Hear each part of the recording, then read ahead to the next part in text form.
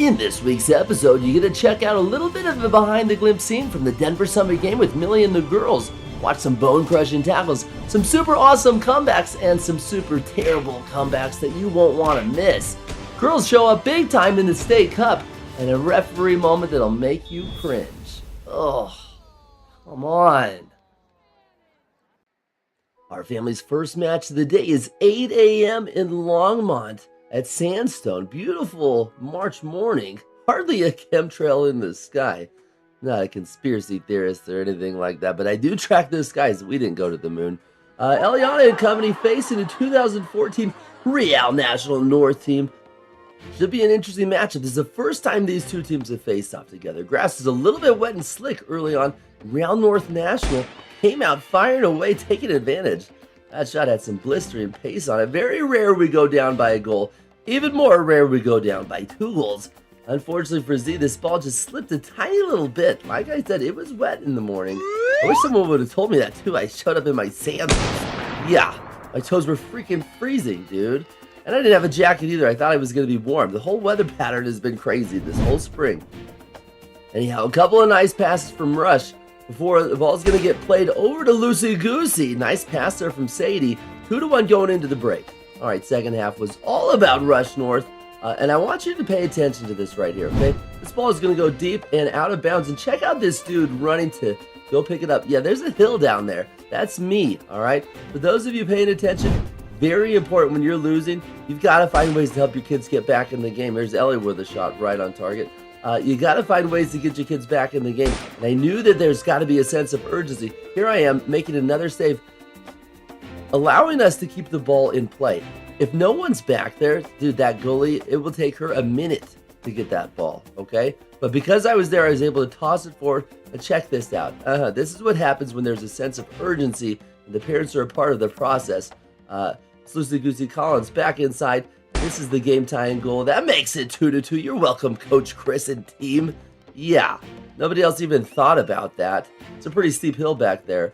And then actually, we almost took the lead here. Collins is going to have an excellent shot. Ellie with the tackle. This one's going right off the crossbar after it gets blocked. And look at this. Cha-ching, bang! Okay, great shot there from Collins. The goals were actually 7v7 size goals. I think if it's 9v9 size goals, they end up winning that game. Unfortunately, final score remained 2-2. All right, check this out. So we were actually gifted the night before 4 tickets to the Denver Summit FC inaugural opening game, which is awesome and so cool. Shout out to Aaron for hooking us up with those tickets.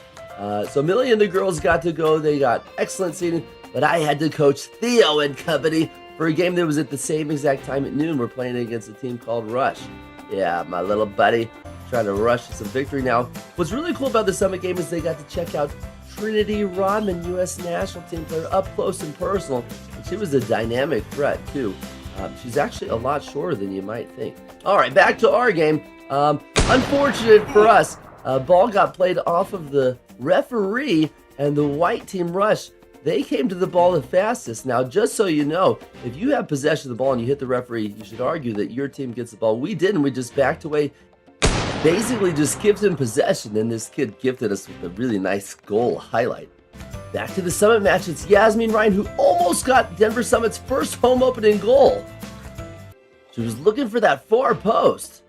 Speaking of far post, check this out. Dexter's going to play a beautiful split ball up to Jace, perfectly timed run, and guess what he's going to do? Take it off the far post. Nice work, Jace. Tied 1-1. Back to the Summit match, Yasmin Ryan with another good opportunity on the left. Oh, Washington Spirit, Sandy McIver with a great save. Back to Northland, and it's going to be Carter making a double save. Incredible, Carter. Summit stayed scoreless into the half, but we did not. Adriel playing a quick ball to Theo, catching Rush asleep, and Theo's going to do some magic here as he slices out to his right, then dices out to his left, and buries it in through past the goalie. Nice finish there, Theo. We weren't done. Now that we've got the 2-1 lead, check this pivotal moment out. If Theo doesn't win this tackle, we are in big trouble here. It's going to be a 2v1 counter, but he says, give me that ball. Squeezes through, and he's got another shot on his left foot. That's a big-time goal, Theo. 3-1. But we're still not done, believe it or not. With under a minute in the first half, Our guest player, Luke, is going to cut inside, find a nice pass to Dexter, and he's going to put this one in the top right corner. 4 unanswered goals. We're up by 3 going into the break. In the second half, you're not going to believe what happens. I'm not kidding you. We ended up actually giving up a goal in the first few minutes. I'm like, whatever. Okay, 4-2. We're good. We're still going to score. We got this. And then they got a corner kick a few minutes later. 4-3. Yeah, I'm feeling a little bit nervous about this, but not a big deal. We're fine. Late into the second half, a little bit of confusion as we were substituting, and they got us through with a long ball. You have got to be kidding me. They are not going to make this 4-4. Oh my goodness, 4-4. Oh, we need to score a goal. We're pressing up high up the field because we're not losing this freaking game, dude. Are you kidding me? And we're not here to tie. And oh no, don't you dare. Do not. Oh, they got us again. We gave up way too much space, and they are going to hit it off the post. We are literally down 5-4. This is unbelievable, dude. Back to the Summit match. It's Carson Pickett looking to put in an in-swinger on her left foot in the 6th minute. Look at the crowd there. The Summit match brought to you by Nationwide, who's on your side. Good delivery, Carson. With under a minute, it's Dexter delivering the ball on a corner kick, and oh, the referee has awarded a handball. We've got a chance to tie it. Praise the Lord, baby. Who's going to take it? Whoever wants it the most. It's going to be Christian who steps up, and he's got it saved. Dexter put it in the goal. Kidding? No angle. Oh, and that is heartbreaking for us. We end up losing 5-4. Oh. Back to the Summit game. The girls are not heartbroken at all. They don't even know that we've experienced a devastating defeat as they are just getting autographs from all the awesome professionals. Goalkeeper Abby Smith. There's the German Melissa Kostler. The American Meg Bodie. And a fan favorite, the Canadian Janine Sonis. Awesome. Girls had a great time. Shout out again to Aaron for hooking us up with the tickets. Look at the free bag of popcorn they got too. Wow. Still in my freaking pantry. Okay, so Saturday ended with a big-time loss. You can see it on Theo's face. He's not happy. Eliana got a tie in the Summit Tide, so what can you do there? Let's get you to some Sunday morning men's league action. Tying the Harpos OGs. Okay, so our first time getting possession of the ball, we actually connected 20 passes. Look at the ball movement here, and this is kind of funny. This is just how soccer works, okay? So we ended up kind of getting ourselves deep in our own territory. We barely crossed half, by the way. And then guess what? They get the ball in their first try, and they almost score a goal. Yeah, it's not going to happen, though. But good individual effort from the Guilty Goods forward. And a great tackle there from newcomer JT. Okay, so our first most dangerous opportunity came off newcomer Elias Talbot, the former Regis Ranger, 25-year-old Norwegian stand-up, making a great run. Ball's going to get played into Austin, who's recovered from a broken collarbone, dishes out to Jack, who looks like Rambo. The dude is jacked, okay? Yeah, and he rocks the headband now. I'm not kidding you. He's the guy that you want to go to war with, all right? He's a freaking warrior. Deflected it off of Guilty Goods' shoulder. Awesome first goal to go up 1-0. And the second one is just pure class. Look at this touch here from Edgar Olivas, who dishes off to TJ, who made a nice run.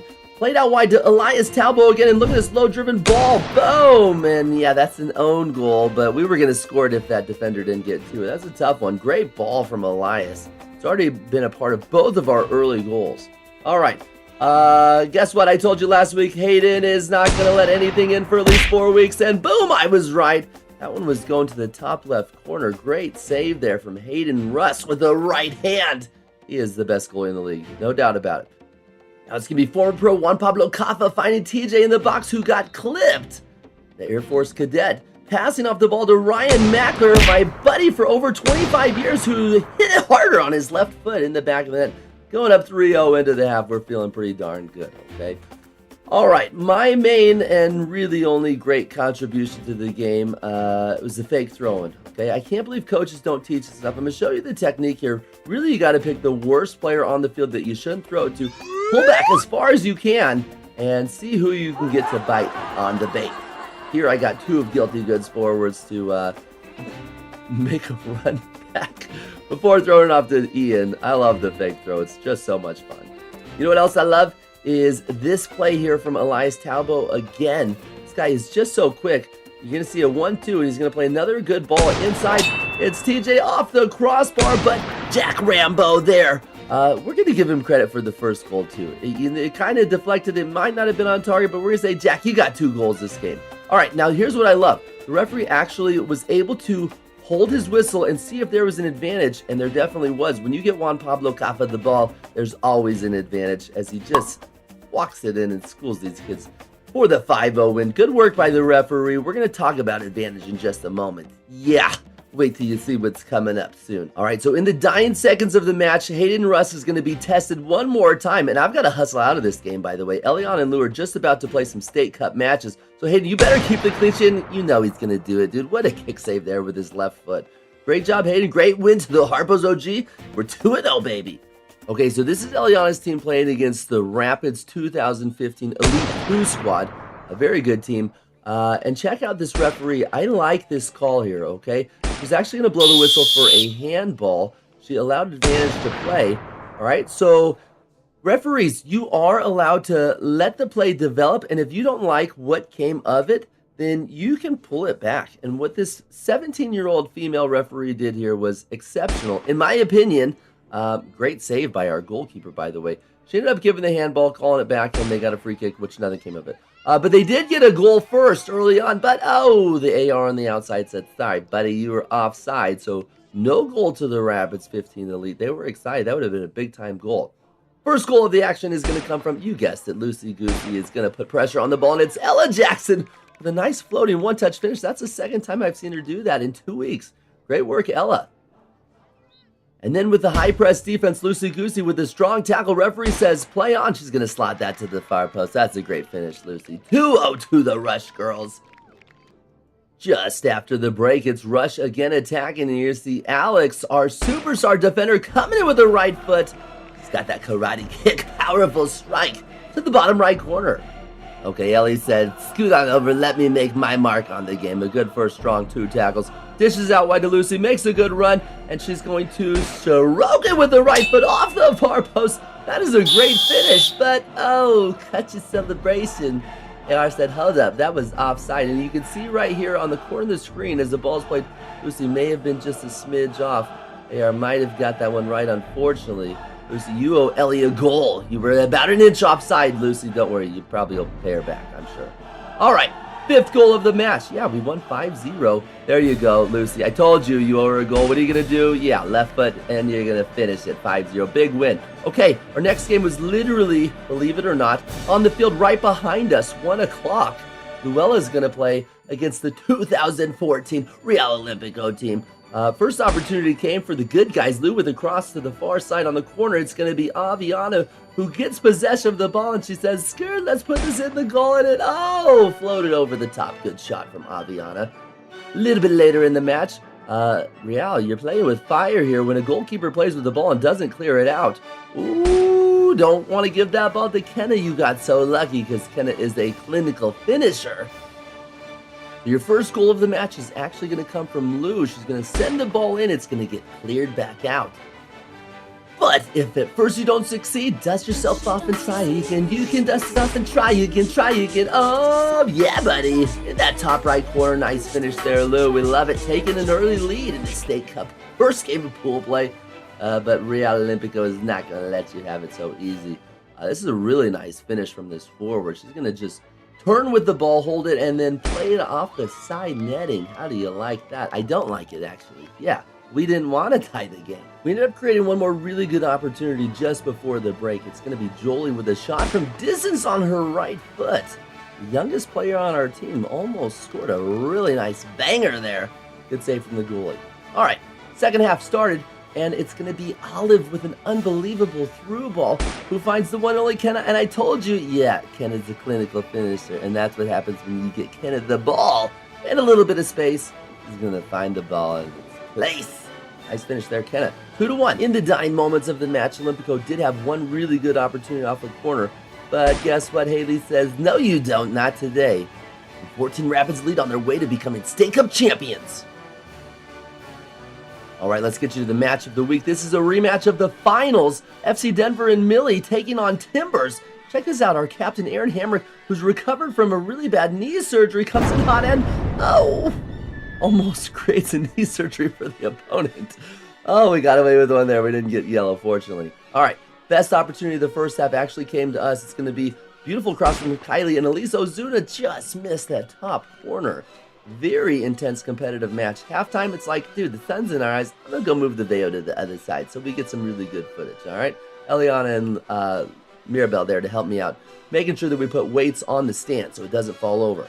Okay, so second half was all about FC Denver from the first 15 minutes. Mariah with a good opportunity, and check this out, newcomer of the team. Love Regis Rangers. Natalie Bunch, who recently graduated from Regis, putting it home on her right foot, giving us the 1-0 lead. Shout out to Jeff Frycolm, head coach of Regis women's program. He is awesome.